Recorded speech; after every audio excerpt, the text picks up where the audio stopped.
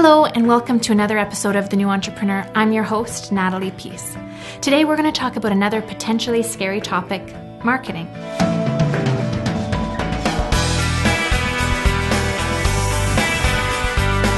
A lot of people who start businesses dread the thought of selling themselves or their services. They want people to just recognize how amazing they are without having to do any marketing, so they don't feel like sleazy sellouts. This is a real shame because we all have so many products and services competing for our attention and our hard-earned dollars. And if you're not shouting about your fantastic products, everyone misses out, including yourself. You miss out because your business is more likely to fail, and the rest of the world misses out because we never had the chance to find out about the wonderful things you have to offer us.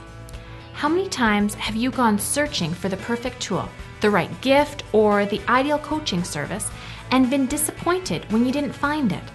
How frustrating is it to know that the very thing you want is most likely out there, but the people who can offer it to you haven't bothered to put a great website together or figure out how to market their business effectively?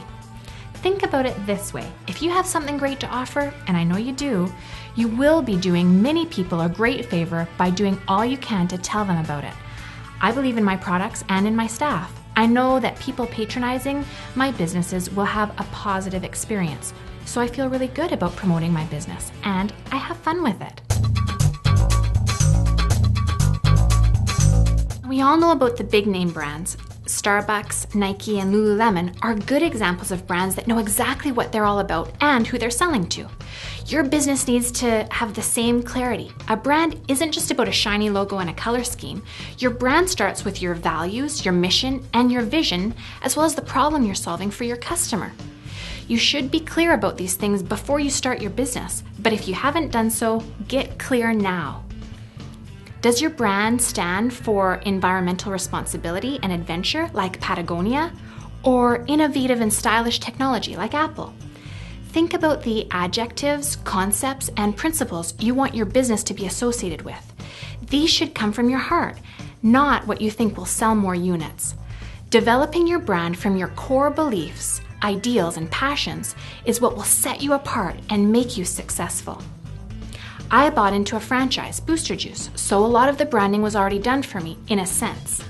The franchise had developed the products, logo, and store design. However, I made it my mission from day one to define my business in my community by my own values, and I wanted people to associate my stores with positivity, generosity, community spirit, and kindness. And this vision fuels all of my marketing initiatives.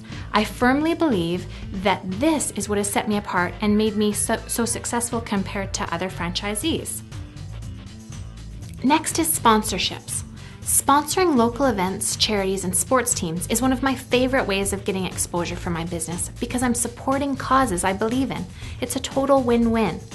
It's one of the ways I put my money where my mouth is. Rather than just talking about how I believe in supporting the health and well-being of my community, I'm able to demonstrate in real, tangible ways how I really care. Yes, it's also a great way to get the name and logo of my business out there.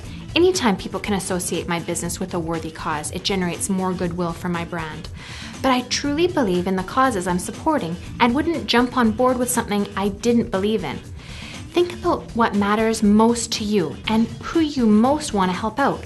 Choose causes that you're passionate about because you will put forth much more energy into helping them and you will reap more rewards, both in terms of feeling fulfilled and in getting a lot more positive attention for your business. I recently made a trip to Scottsdale, Arizona to attend the Quantum Business Golf Training Seminar put on by Tom Matson and Alan Bonk.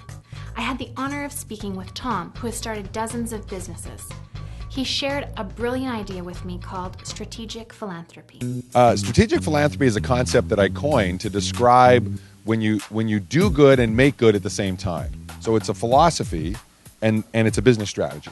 And the philosophy is that as business people, we're here to make the world a better place. So specifically, can you give us some examples of things you've done with your businesses to do with strategic philanthropy? Sure. Part of how it works is you identify a cause, something that you believe in, and I have a quick acronym that spells PROFIT. P is PR related, so it's something that's media friendly. R is that it's related to your business somehow, so you want it to tie into the business that you're involved with. O is obligation. I believe it should be an ongoing obligation, ideally a percentage of gross sales. F is fun. It needs to be fun and inspiring for you. It needs to be fun and inspiring for your team. And it needs to be fun and inspiring for your customers. I is a real hot button for me. I call it independence. So the idea here is, I believe we should help teach people how to fish. We're entrepreneurs. We're not a handout economy. We create our own destiny. And why should we support, frankly, causes and charities that are also handout organizations? It's totally incongruent with who we are as people. Entrepreneurs are about independence. So find a cause that fosters independence. And the last one is T for time. So PROFIT. T for time. Lock it in, make it part of your strategy, make it a permanent part of your program. And then when you're putting together your press releases, you can tell everyone that that's the way it is. So it feels great. And what's the benefit to the traditional bottom line of making this such a priority? A couple of things. One, you have far less turnover for your employees because they're more engaged. And when you're a small operation, you want to keep your team, right? I mean, one person leaving could be half your company.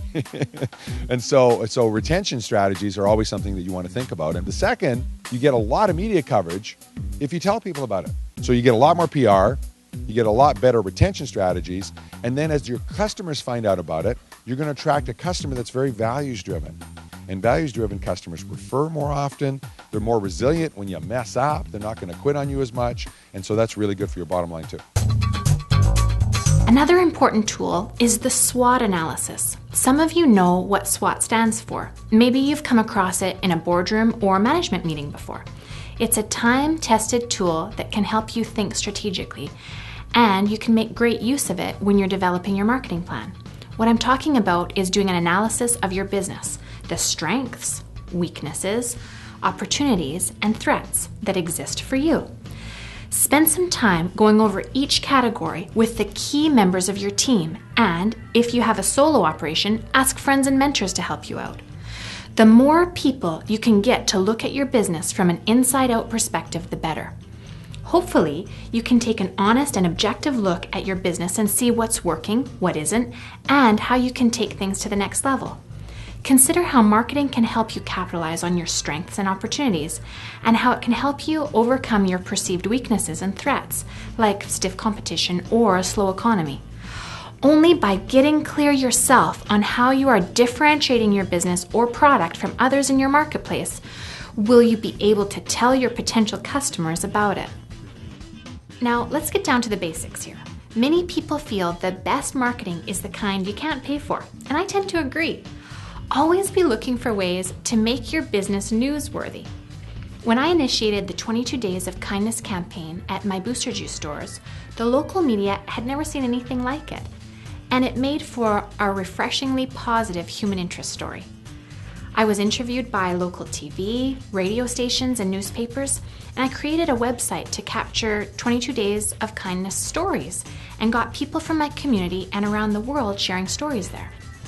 My purpose in creating the campaign wasn't to boost my sales, but I know the free media coverage I received because of it was invaluable in giving my business more attention and local support.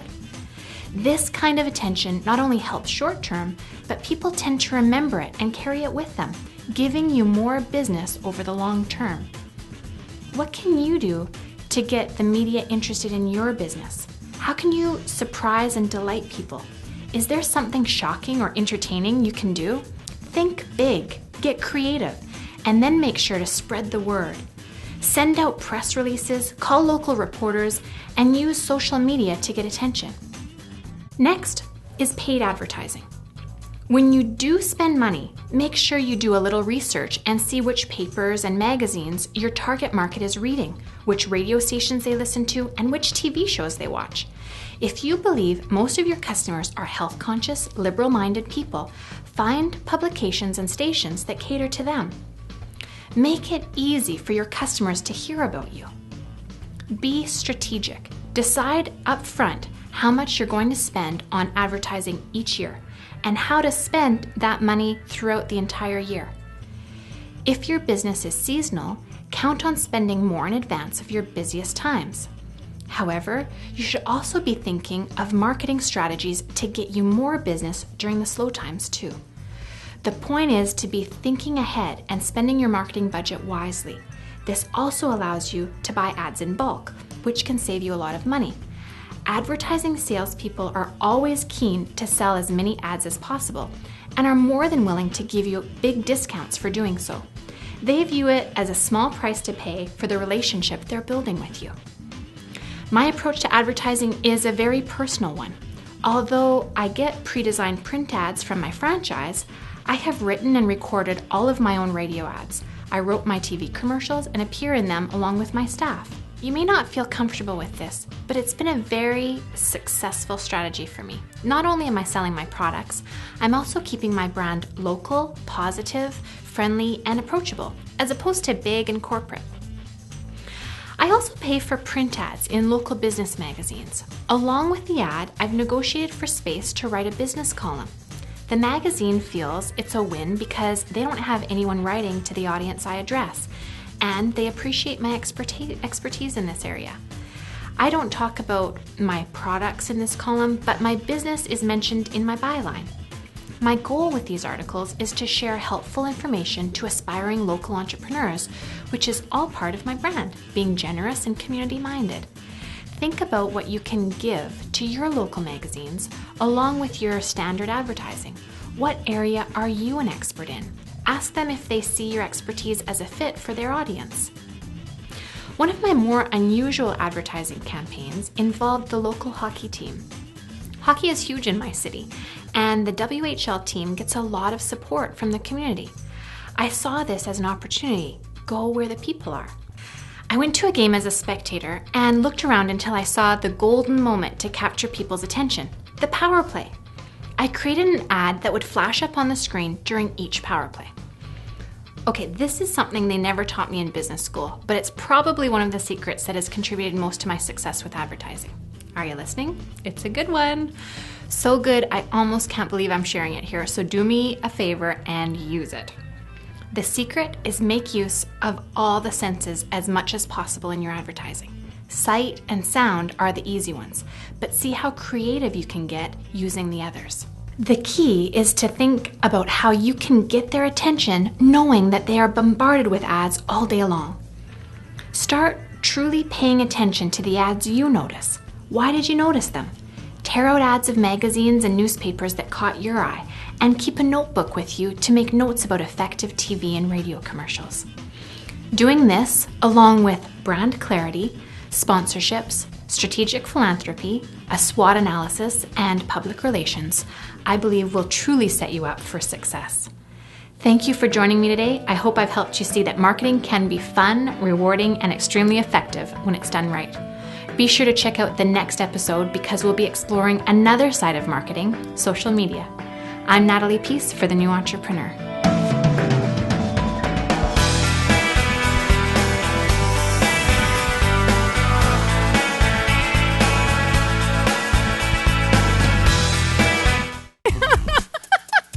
Okay. Welcome.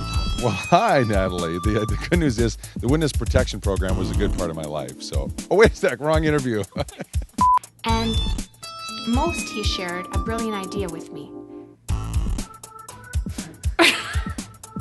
Live at the Royal Palms, Las Vegas.